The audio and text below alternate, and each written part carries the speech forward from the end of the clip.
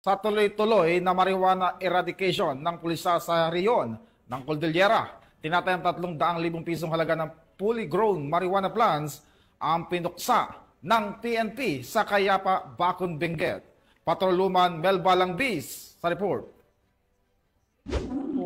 Ang piraso ng fully grown marijuana plants na may standard drug price o SDP na 300,000 piso ang napuksa ng mga otoridad sa sitio Giligil, Cayapa, Bacon, Benguet noong 5 ng Mayo taong kasalukuyan.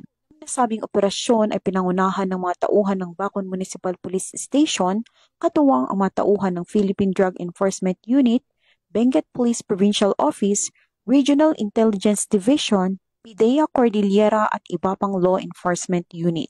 Ayon kay Police Colonel Joseph P. Bayuwasan, Provincial Director ng Benguet Police Provincial Office, nadiskubre ng mga operatiba ang isang plantasyon na may nakatanim na 1,500 piraso ng fully grown marijuana plants na nagkakahalaga ng 300,000 piso.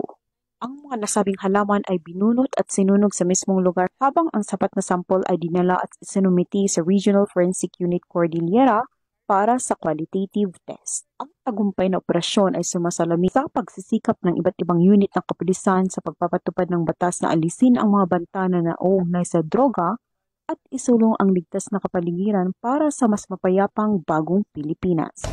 Mula dito sa Region Cordillera, ako ang inyong PNN Correspondent, Patrolwoman Melba Langbis. Alagad ng batas, tagataguyod ng balitang pulis.